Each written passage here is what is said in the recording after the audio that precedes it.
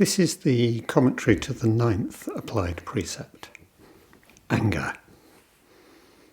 I bear witness to the reality of my own ill will and the pain of divisiveness in the world, and aspire to respond with care when difficult situations and emotions arise. Traditionally, do not be angry, or do not hold on to anger. So this is the commentary for the 9th applied precepts. It's actually the 5th in our series in the order that we're doing them. Why do I get angry? The popular image of a Buddhist is of someone who never experiences anger, who remains always cheerful and smiling. Perhaps it's the fantasy that this could be me that's part of Zen's attraction to us. The traditional wordings of the precept seem to follow this line: do not get angry, and if you do, then just let it go. Our ordinary mind phrasing is different from this, in that it links anger and ill will to divisiveness. Anger separates us from each other and also within ourselves. When we're angry, it's difficult or impossible to respond with care to what's actually happening here and now. But rather than being my enemy, could we think of anger as a true spiritual friend? Is it possible that by really allowing ourselves fully to experience our anger, it can indeed become our teacher? What do we actually mean by anger or ill will? What might link all those very different experiences we might include under this precept?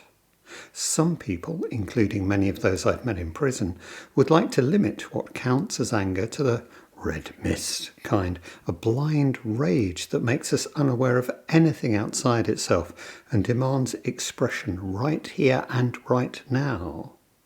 Hot anger burns. As I become angered, I feel the rush of blood as the entire balance of my hormone shifts. Adrenaline is secreted, and while some of my sensations are heightened, others are suppressed, exactly as when we're under the influence of drink or drugs. This call to action is real, and it's deeply physical. Those tense muscles demand release, demand action. This kind of anger calls for immediate expression. To express is to take something from inside and push it out of me. I'll feel a huge sense of relief as I lash out or hit with my fists, lambast you with my tongue, pushing you back with my hands or the force of my words. Ill will fits better a cool anger, no adrenaline rush, no burning in my muscles that demands release. Ill will is altogether slower and more considered, and if I do notice it in my body, it's more as a diffuse tension. It lives in me as a resentment that emerges after the event. Rather than being an immediate, acute response to the situation, it becomes chronic, acting over time, and so becoming more of a mindset, a predisposition, even a worldview. It's anger that's quiescent but always looking for the cutting remark, the shared put down. It puts a subtle tension in my body, hardening both my muscles and my thinking.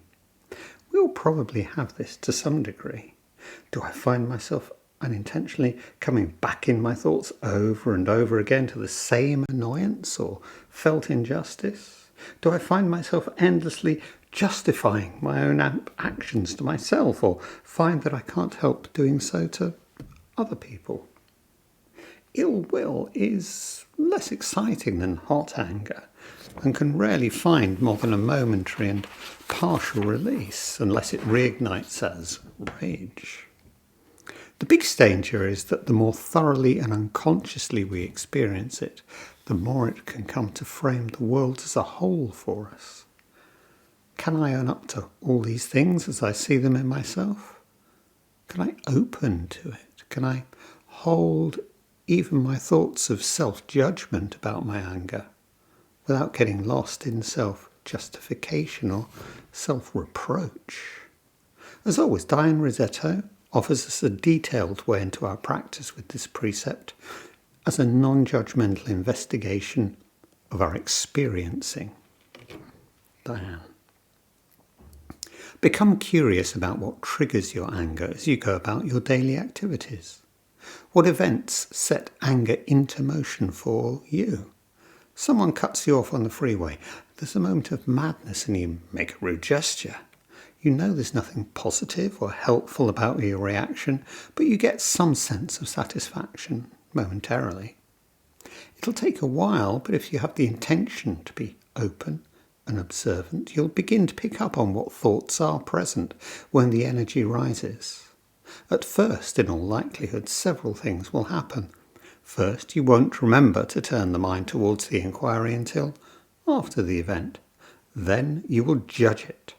I shouldn't be thinking that way, or I did it again, or I'll never get over this.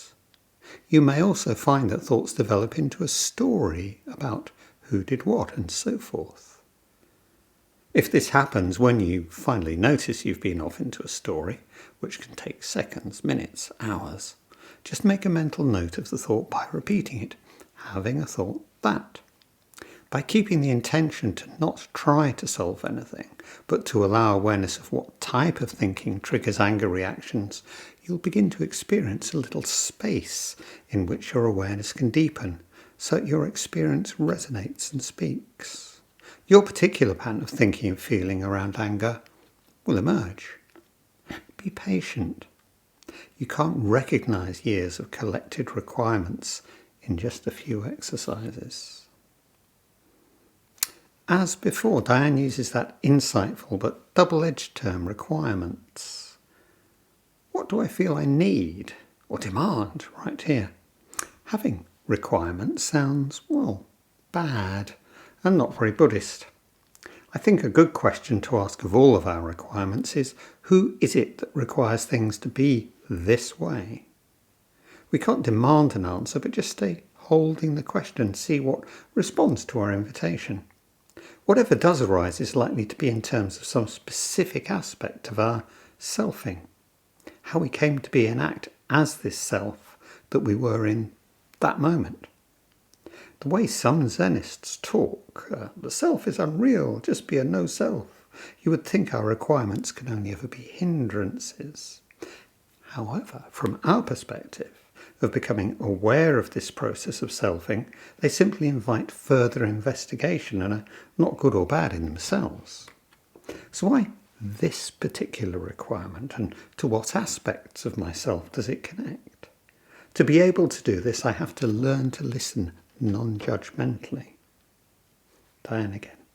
Once you more frequently notice your reactions, it's important to allow their presence in open awareness. So if judgmental thoughts arise, you can just repeat them to yourself and move on. Having a thought that I'm still getting angry over, or I don't feel anything, I should. Sometimes people will say that they know they're angry, but don't have a feeling in their body. This also works in reverse. Have you ever been challenged, hey, you seem really angry, only to thunder in response, I am not angry? None of us seem to be as good as we might be at connecting up our feelings, that's our emotions, with our feelings, that's our bodily sensations. So whether I really do think that I never get angry or that I just don't seem to feel it, we're experiencing dissociation. What's going on here is analogous in its way to the complex of emotions we examined in relation to shame. Many families make it perfectly clear to their children that anger is not an acceptable emotion and that it must never be displayed, but instead be swallowed down and ideally repressed. Within the family, this is, like shaming, a strategy of control, of power, one that minimises any challenge to those holding authority, parents. Of course, this is often a strategy our parents learnt from their parents and that they may not even be consciously aware of. It's simply unthinkable that one would display anger and contrary to one's core received values. So to avoid being shamed, I will have learned to deny my conscious anger by channeling it into ill will, where I can more or less banish it from my awareness, though not from having its effect on how I act. Or, alternatively, I may have learned not to feel my anger. I know I'm angry, but, well, I come to believe that anger is shameful and hence tied to all the complex of other things that are shameful. I might even think, I might have been implicitly or explicitly told, that I appear to be bad, ungrateful, lower class, a sinner, or even mentally ill if I display anger. In order to be good, to be safe from the exclusion that's part of being shamed, I make sure I never feel any anger, or at least not show any anger, and from there become able to not be aware of the anger I really am feeling. I might displace my feeling of anger onto my sense of injury. I'm not angry, I'm just sad. Or I might even try to repress that feeling too. I may not even feel safe to experience my own anger, and so I become afraid of it, either because I think my anger may hurt or even destroy me, or that it might provoke other people into harming me, as shaming or even as physical violence. If as a child my carers appeared frightened by anger, whether their own or other people's, then this becomes even more likely. This complex of feeling and emotion around anger, as shame, as badness, as vulnerability, and so as fear, is registered moment by moment in my experiencing in my body. Diane reports a group conversation with her students that offers real insight here. Diane: the belief then is that it's destructive in some way? Student: yes, the belief is that anger is always destructive. Another student: if I were a better person, I'd have some better way of dealing with this situation than getting angry about it. Diane: so what's wrong with anger? What's the belief here? Student: it's a sign that there's something else wrong, that I've bad coping skills or something. Then anger shows I'm a failure. Diane: if the belief is that anger can hurt people, are you included in that hurt? Student: what I'm really afraid of is that it will show my weakness. Diane: it will show my weakness. Yes, that is the belief we've been circling around as it comes into the light. Anger will reveal my weakness. With weakness, we reach the central paradox of anger in its relation to shame, and return to James Gilligan's work to understand the mechanisms of violence. Gilligan shows how shame is the non-physical violence of the breaking of mutual recognition, a violence that may call forth greater physical violence in an attempt to compensate, and that anger is the emotion that triggers this violence. In this sense, our anger is one form of our displaced shame, or perhaps better, anger is the displacement of this shame into the emotional and physical experiencing of a need to act, whether in the immediacy of the heat of this moment or in the cool of a long contemplated revenge. If shame is the fearful experiencing of our weakness, and anger our flight from this experiencing of our weakness, it makes the experiencing of this anger itself highly ambivalent and problematic. We don't want to experience our anger, but to displace it in turn onto real or fantasized action. Our sense of weakness is itself shaming, and to connect this to our anger is to place us in a tight double bind. My anger is an assertion of my identity and agency in the world, but the fear that's brought about this anger is shaming, because this fear is in itself always an acknowledgement of a potential lack of control, of weakness. The angrier I get, the greater the potential for shame. It's a delicate balance. The experience of shame itself is shaming, the shame spiral, which may either cause my anger to collapse or on the contrary, increase into blind rage. If, as a would-be good Buddhist, I attempt to not feel anger, I fail to get to grips with any of this. I retreat from the reality of my anger into a world of, oh, goodness, but one into which my ill will is in constant danger of breaking through. I remember a Dharma talk by Martine Batchelor about her own experience of living in a community of passive-aggressive Buddhists. Superficially, all smiles and goodwill, but ill will constantly showing itself in their fault-finding and sniping at each other. What was in itself utterly trivial could assume cosmic levels of significance. Who washes out their teacup and who doesn't? Pretty much anything could and did become an opportunity for the display of injured and resentful virtue. None of this will help me become better aware of my anger or learn to work with it. The problems we exacerbate with attempting to deny or suppress our anger just aren't discussed nearly enough. So we return once more to Joko Beck. When anger arises, much of traditional Zen practice would have us blot out the anger and concentrate on something, such as the breath. Though we've pushed the anger aside, it will return whenever we're criticised or threatened in some way. In contrast, our practice is to become the anger itself, to experience it fully without separation or rejection. That's from Nothing Special, page 85. This isn't simple or easy. To use one of Joko's favourite formulas, we don't because we don't want to, because it hurts. What does becoming our anger mean? Just to sit with the experiencing of it, of not hardening ourselves against it, not rejecting it or holding it tight in self-judgment.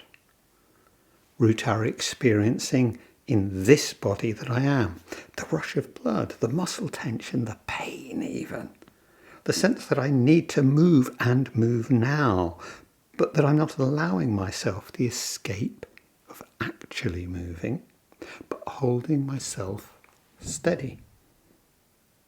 Feeling the emotion that sweep over me as waves or lurk in the pit of my stomach or as tension in my neck. Noting the images, the thoughts that accompany them, and whether they fade, repeat, or hold steady.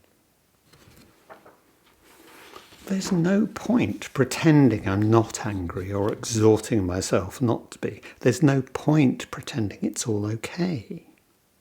My anger is part of me and it needs acknowledgement and care. It needs experiencing without acting it out on someone, including acting it out on myself.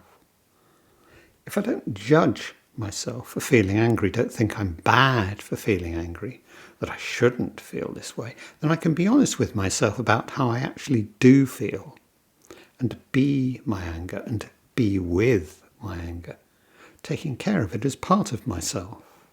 But this can be hard work.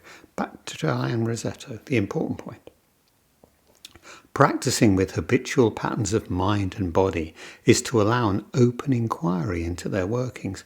We must explore anger events in all their forms, whether it's a simmering upset or a full-blown harangue. We slowly learn to face it and embrace it. We come to know its face intimately, invite it in and call it by its true name. This can seem very frightening. It's difficult to do when we're in the heat of it. We move slowly. Be patient, just opening, inviting what naturally wants to reveal itself will come to the surface in time. You may begin to notice that tightening in certain areas of the body, or breath holding is subtle, associated with certain emotions or thoughts, such as frustration or jealousy. Try to relax and rest in the experience of just this. In time you will notice that whatever you experience is just a passing wave of energy. The key is to allow. Don't try and change it, manipulate it, or get rid of it. So, just a passing wave of energy? Well, yes and no. It's absolutely true that all our feelings are a passing wave of energy, and that our anger is no exception. Diane is reminding us that anger is nothing special in this respect, despite its tendency to overwhelm or preoccupy us, to drive us towards doing foolish things and connect with our fear and shame. But this, equally importantly, doesn't mean we should think that the ideal is to ignore or minimise either the experiencing of it or its effect on us. As always, it's both and. Anger is just energy and the great matter of life and death as it shows up in our feelings, thoughts and actions. Our anger is us, not a detachable part we can choose what to do with or feel bad about not doing whatever it is we think we're supposed to do with it. What's the alternative to this? As Joko suggests, simply experiencing my life as it is, the reality of my anger as it is, without covering it over or hiding from it. Experiencing my anger as it arises and the suffering it brings. Of course, perhaps simply is not so simple. Anger is relationship. So let's ask again, why am I angry now, here in this present moment? Why do I ever get angry and harbour so much ill will? To start with, I'll probably reply, well, it's you. You made me angry by what you did or what you didn't do that you should have done. It's your fault I'm angry. Just as my muscles are tensed and ready to express my anger by acting to push you away, so in my mind I create an image of you onto which I push away, I displace my anger. But this image, these words I speak to you, they're actually just a story about my anger. The story I tell about a separate me and a separate you that justifies my anger towards you. Becoming aware of these stories and learning to hold them as just being stories, and hence not judging them at this point as true or false, is a vital step. But it's easy to slide from here into what I'll call the naive Buddhist attitude of making it all about me. It's myself, my badness, my unskillfulness, my karma. These two approaches form a pair, both ignoring how anger holds us in connection to the other. That we're paradoxically tied together by the anger that holds us separate. And we're both also tied to the world outside. Whether this is the very first time that you and I have met, or we've already spent half our lives together, neither of us came here today empty and immaculate, but always as complex social beings engaged with the world. What is it that is really making me angry? Because we're social, relational beings, who I really am is always itself about who we really are, bound up both with some sense of our many identities and with our mutual recognition. So while anger will always be a reaction to fear, that fear is fundamentally of a threat to my relational sense of self, and it's this that will give it the specific quality of anger. I experience my sense of self as being challenged by your implicitly misidentifying me, because you're breaking the lawfulness, in Jessica Benjamin's sense, the lawfulness underpinning our real or assumed relationship. In your eyes, do I really even exist as the person I think I am? And given our mutual necessity, if I'm not recognised by you, do I really exist at all? How dare you treat me like that? So there is a relative but very real difference between the anger I feel when my computer acts up and my experiencing anger at your denial of recognition of me. But also a difference between your stealing my parking space, and the automated letter I receive refusing my application for, say, disability benefits. None of this is simply about me, nor about some generic idea of a self that I do or don't think that I possess in some way, but about the different actual kind of relationships. The world's worlding as me, the me that's always this person in this society. Because my anger is so often experienced intensely and intimately, it offers me a superb opportunity to begin to see myself selfing, not as negative ego or selfishness, but as the specificity of this me in this relationship at this moment. My anger can actually help me come to experience directly that I'm much more a process of relationship than a fixed or permanent thing. My anger, your anger, our anger is always in this sense a relationship problem, a reaction to the fear of real or imagined shaming. Important too to recognise that this isn't just about my direct relationships. If someone's unkind to my child, I might well get angry. And it's still easy to see my personal relationship here, and hence how my own sense of self comes into question. That's my child, who I dearly love and for whom I'm responsible. Both my immediate emotional investment and my sense of personal identity as a parent are directly involved. I need to respond in some way, but should that be to break relationship with the other child or adult concerned? And in becoming angry, deny them recognition?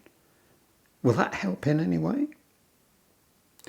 But drawing the circle wider, our anger can also be triggered by much broader and less immediately personal issues. The graffiti or vandalism in my community, the need for there to be food banks, child poverty at the national and international scale, the climate crisis. In all of these, both intimate and distant, what rouses my anger is the sense of the failure of some aspect of a relationship, a failure that poses a threat that's not simply physical, but in some ways existential. This is not how things should be. Impacts my core sense of who I really am. So if I see pictures, say, of migrants or illegal immigrants arriving in my country in boats, and they're being contained as they reach land, I might well get angry either at this swarm of invading potential terrorists intent on freeloading while they destroy the fabric of my nation, or at the inhumanity with which the authorities meet the other when they're poor and desperate. In neither case am I directly threatened physically or emotionally, but nevertheless, when viewed relationally, there is a subtle existential rupture in both cases. It's not only in our directly meeting each other that Jessica Benjamin's idea of relationship as mutually grounded in a sense of lawfulness applies. Because all our relationships are based in mutuality, we can't recognise ourselves except through recognising each other. This sense of lawfulness grounds the possibility of meaningful relationship, and so a challenge to this sense of lawfulness, a sense we often experience as fairness, is felt as a failure of recognition towards me, and so as a fear-provoking potential existential threat. Anger always implies a should, the separated out other. They should act in this way, not that way. We should help all those in need. We should only look after our own. So, are these two attitudes simply equivalent? Is it all just down to how we feel? The problem with anger. To answer this, we might want to come at the question from a different angle. Is all anger bad? Against the grain of more traditional Buddhist approaches that would seem to ask us to struggle wholly to banish our anger, Contemporary Zen, drawing on the variety of phrasings of the precept and both serious therapeutic practice and pop psychology, tends to show a more tolerant and even positive attitude towards some anger. While do not be angry suggests that as it deludes and blinds us, anger in any of its forms is best avoided. Do not hold on to anger supposes that it's more the mindset of ill will that's the real issue. Hence, a clean burn of anger lived in the moment would be no problem. It's the residue and rumination left when it doesn't burn out that's the damaging part. We might also argue that justified or righteous anger is a positive emotion, and we can use the great energy that anger gives us in a good and unselfish cause. Diane Rossetto seems to combine these ideas in an interesting but nevertheless problematic way in drawing a distinction between what she calls self-centred and life-centred anger.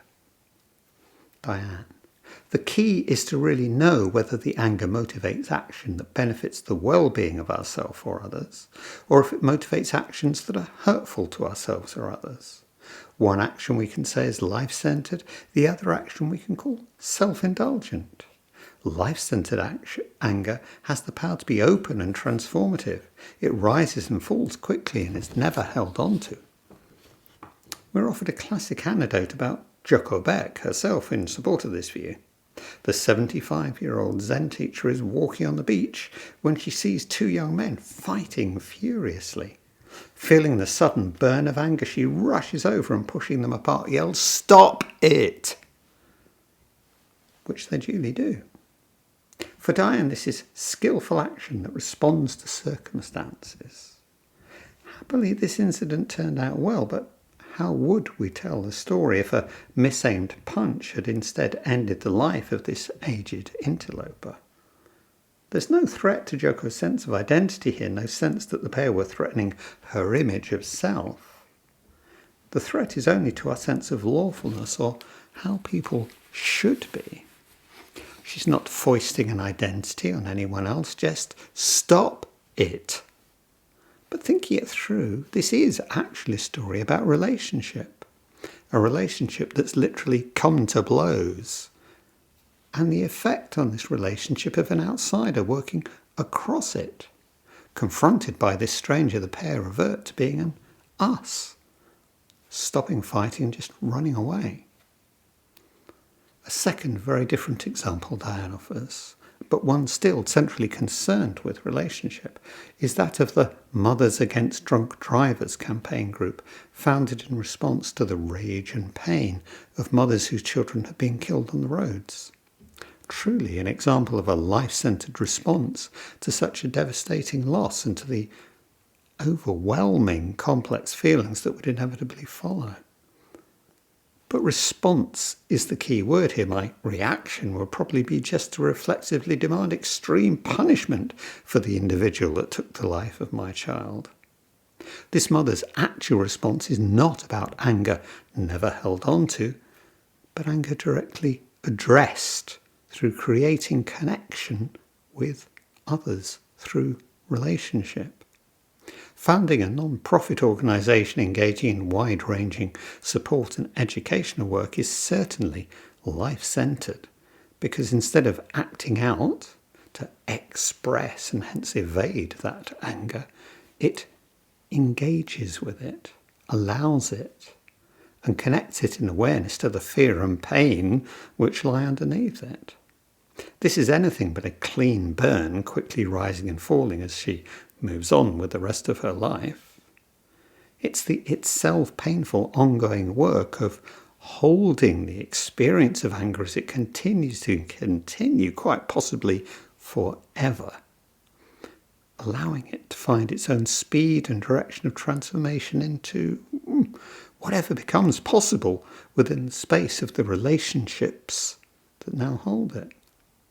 There is a sense of identity here. What could ever be as catastrophic as losing a child to whom one is mother? But the damage to this identity doesn't lead to a withdrawal and to setting boundary lines of exclusion, but to connection and inclusion in the creation of new and evolving partial identities within relationship. Road safety campaigner. The point here is connecting my pain and my anger to a wider field as a way of affirming the mutuality of relationship, a non-separation that releases us from the separation of fear and anger. Hence, for self-centered and life-centered, I'd substitute separating and connecting anger, emphasizing the difference between an anger that is the turning away from both self and world, and so can only ever spiral endlessly on its own axis. And on the other hand, the anger that's a plea for its own transformation in turning towards connection and relationship with both self and other. Anger that becomes my teacher. Thich Nhat Hanh always spoke of it not being enough to want peace or even to fight for peace, that we have to be peace. This is the potential trap in every fight against injustice, because insofar as we make ourselves separate by wanting a clear distinction between their wrong and our right, we amplify the problem itself. What are my chances of meeting you with openness and possibility if I'm still burning with anger at you? In my moral self-justification, can I really stand so detached that I'll not be speaking of my own superiority in denigrating you? And how will you respond in that case? So we need to consider the fourth, the sixth and the seventh precepts. And we can also recognise anger as one of the forms of intoxication that relate to the fifth precept, in the clouding of our responses, in the rush of blood and adrenaline. The question is hence more about what is at stake with our anger in this specific situation. Is it more about the challenge to my sense of identity, or my sense of the lawfulness of the way our world works? There's more than likely an element of both.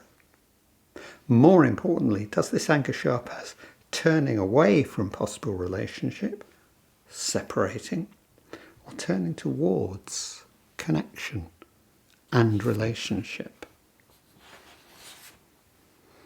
We're now in a better position to answer about our anger around the arrival of the small boats and similar issues that polarise a them and an us. Are we drawing lines of separation, it's them or us, or of connection? What can I do to help? But note again that making these connections involves restraining the reactivity of our anger, and hence its expression through force, and so seeking instead that anger's transformation. Hence the real danger of demonising the other, in effect becoming that which we oppose. Life would be fine if only we could take all the racists, the misogynists and the bigots and put them on their own island. Well, okay, but they are us too. Do we break in advance any possible relationship with those of different views? Or try to understand their complexity? How their own fears, anxieties and frustrations lead them to frame their own sense of fairness and lawfulness in this way, albeit one based on exclusion, on othering and separation. Without the should that underlies our shared sense of lawfulness, our relationship has no possible guidelines. You might do anything at all. That's frightening, both physically, what might happen, but even more importantly, at the level of recognition. Without your recognition, I don't fully exist. And depending on the significance of our relationship, I may feel that without that recognition, I don't really exist at all. Say again, how dare you do that to me? We can once again remember here anger's connection to shame and to shaming. Anger is a risky strategy, and as we've explored above, the experience of anger can itself come to feel shameful insofar as it potentially exposes our own weakness.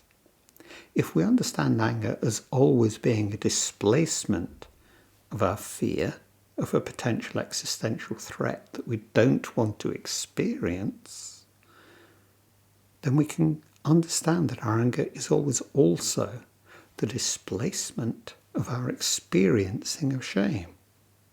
So anger connects to shame when we deny or threaten to deny our recognition to the one who's become the other. And this may well be the anger we come to experience when we feel it's we ourselves who've been shamed by being denied recognition. Will we allow this reflexive anger to separate us further and attempt to shame back? Or do we need to bear witness positively to that anger and to that hurt?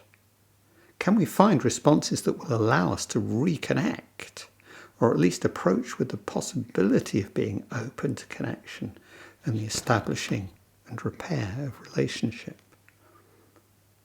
How do we bear witness to our anger when it's provoked by the personal or structural injustices we encounter in our lives? How do we speak our truth? There's no magic formula, but I'll offer an example. This was in the context of a discussion about the Church of England's attempt to come to terms with the exposure of the decades-long cover-up by very senior clergy of a group of those who'd been... This was in the context of a discussion about the Church of England's attempt to come to terms with the exposure of the decades-long cover-up by very senior clergy of sexual abuse committed by those placed in authority.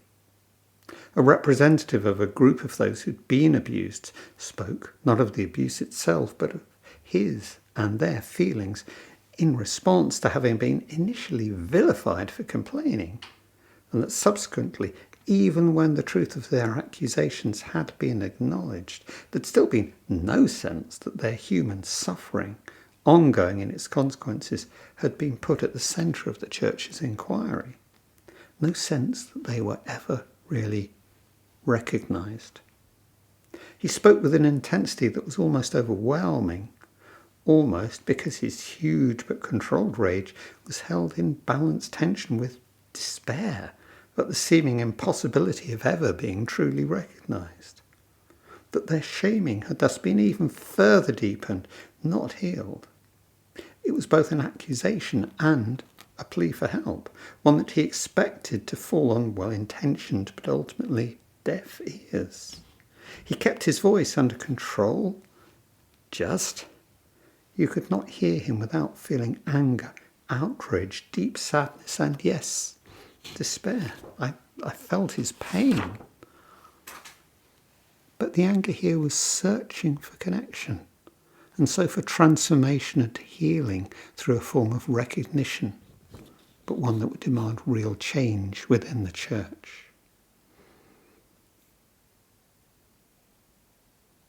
Feeling anger. Important too to remind ourselves once again that it's not just in the extremes of a red mist or in the results of chronic and life-changing trauma that anger, both our own and that of others, needs our care, our kindness, and above all, our awareness. In their own ways, the minor irritations that cause anger in my day-to-day life are equally involuntary responses to this sense of the failure of relationship. And of course, this is why I may well come to feel the hurt most strongly in the minutiae of my most intimate long-term relationships. The dishwasher not emptied, the offhand remark, the lack of response in the other's eyes. I don't want it to feel this way. I don't want to feel this hurt, this fear. And so I push out this feeling and express it by acting out, or push it inwards and dissociate from it, or repress it. Are we brave enough really to feel our pain? If so, our anger may truly become our teacher, but to ask this question has to come without judgment, because there are so many reasons why we evade our pain, and many of them good ones. Our own suffering, and particularly our trauma, whether acute or developmental, will render our pain difficult and sometimes impossible to hold. This being with my anger, coming to be my anger, is always only ever work in progress. Experiencing the reality of my anger means not expressing it. and hence avoiding experiencing it. But it also means not evading it by distracting myself or justifying myself, but instead offering my open awareness. When I stop trying to avoid it and instead can simply be with it, whatever the stories I'm telling myself about what's caused it, then I don't need to separate off from you by blaming you, or from the angry part of myself by blaming me, or try and hide what I actually feel. This is my practice whenever I can bring awareness to the presence of anger in me and am able to take a breath, a mental or physical step back. Sometimes when I'm face to face with you, feeling the confrontation and the anger rise, then taking that step back or breathing in that slow breath may be all I can manage. Such simple, physical, embodied actions can still be enough to check my outburst or hostile response. I may even have to hold silence, keep my peace, in order not to fill the space with unwise words. If I do feel I have to leave, and sometimes this really may be the best option, then in doing so, how I leave, my shrug, the way I turn my back to go, may still speak volumes, wisely or unwisely so. I can at least note my posture, stiff and closed, arms folded, and how this relates to the anger I'm feeling. But how would it be if from this position I could still open to the other, to you, arms wide, offering not defence, but vulnerability, and without any submission on my part, still meeting you, undefended, with openness and possibility? How would you then respond? Take that heart and advise that if someone annoys you, then give them a present. Not to try to change them, not to be kind, but to help me mend my own sense of separation from them. How do you and I, how can we meet each other here in this situation? You and I disagree because one way or another we've broken the implicit sense of lawfulness that's held us in relationship. And so now we feel threatened in ourselves. How do we heal that? Of course, one or both of us may really need the space to be alone right now, but just for now. But if not, our shared sense of lawfulness isn't some legal contract to be rendered null and void if broken, or with specified penalty clauses for failures fully to comply. Our sense of lawfulness is multidimensional and multi-layered, largely implicit and felt within us, and often only articulated in thought and speech when we already have the felt sense of its having been broken. From the most basic empathy we can feel for any living thing, the struggling fly, the neglected pot plant, through the shared sense of being people like us. And so to the absolute specificity of being you and me, here and now. Our more important and enduring relationships have resilience precisely because there is always somewhere else to go. Our shared experience, our common goals that make us mutually necessary to each other, not separate.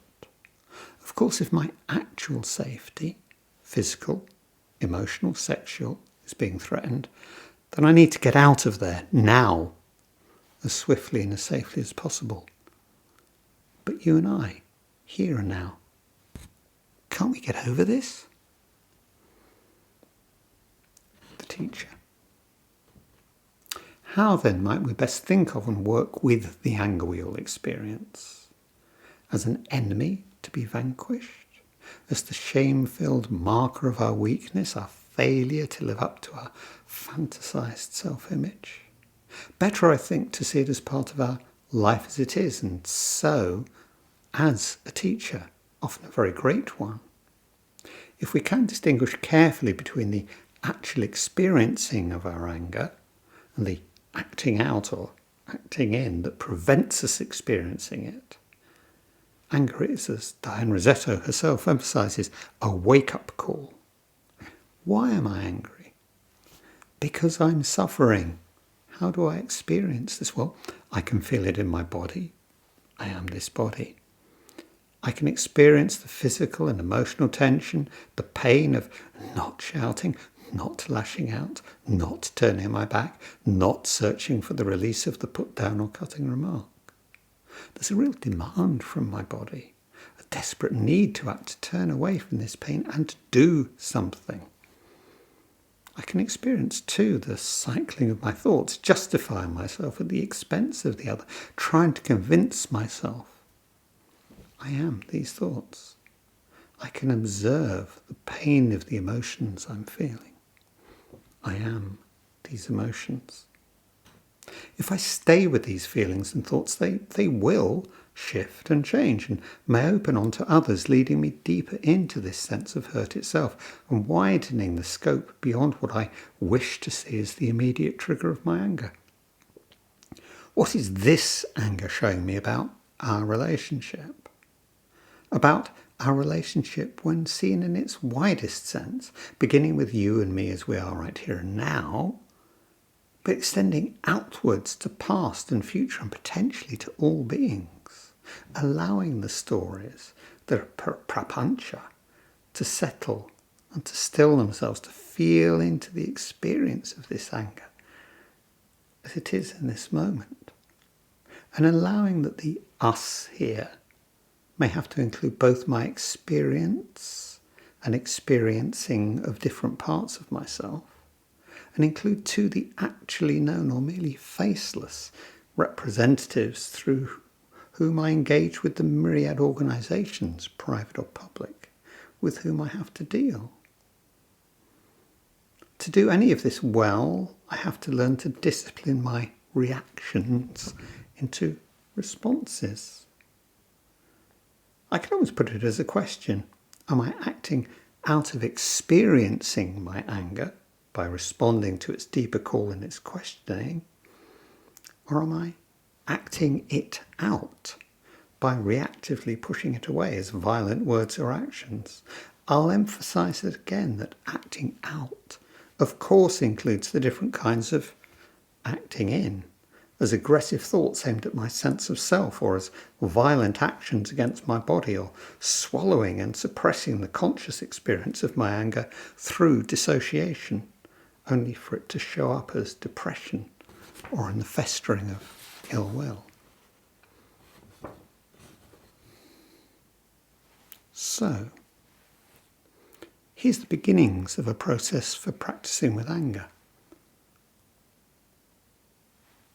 How could we improve it? Begin. Notice that I'm getting angry. How do I know? Is this because other people are telling me? Feel into the actual physical sensations within my body and the involuntary call to move, to act. Notice the tightness, changes in the pumping of my heart, my breathing. Allow the thoughts and emotions that connect to these feelings to unfold. Don't act on them. Feel my resistance to not moving, the nervous tension in my body. Connect to the other. Whether ours is a momentary encounter or a deep ongoing relationship, what specifically has brought us to this point? Exchange places imaginatively. How do they feel? Why do they feel this way? Recognise that we are both deluded beings doing our best. Widen the circle. What social forces have brought us to this situation? Can we do anything to help each other? How might we better connect with each other and with the world to transform this anger? Bear witness to my anger as honestly as I can. Now repeat the cycle. vulnerable. This is patient, long-term work. Learning to recognise anger in all its forms as it reveals itself in the tension in my body, the tone of my voice, the train of my thoughts. Learning to stop, to check, to pause, to breathe into it. Learning to feel and to listen underneath the flow of thoughts and stories, to allow the deeper connections to begin to reveal themselves. It is in this way that my anger ceases to be good or bad, right or wrong. I cease to hold tight to it as mine at all. And it can then become a good spiritual friend, a teacher. But only if I allow it to be so by learning to experience it. If I fail to do so, the result is violence. There is an intimate connection between anger, violence, and our shared vulnerability. The experience of anger brings us forcibly back to our actual mutual necessity and interconnection, and so to our infinite vulnerability with each other. Our violence, whether the sharp word or the knife or the gun, in attempting to turn away the potential shame of that exposure to each other, instead only confirms it. Our society, which does so much to celebrate and elevate our actual inequality, and to engage us in perpetual competition, both programs and compounds this sense of fearful vulnerability. In our moments of relationship, though, we can nevertheless come to experience the joyful vulnerability that is the precondition of our self-sense of mutuality and connection. We do this in our caring about, our caring for, and in our receiving care. Relationship is never without risk, and rarely without rupture. It's the reality of not knowing. It's the deep joy of our being not separate.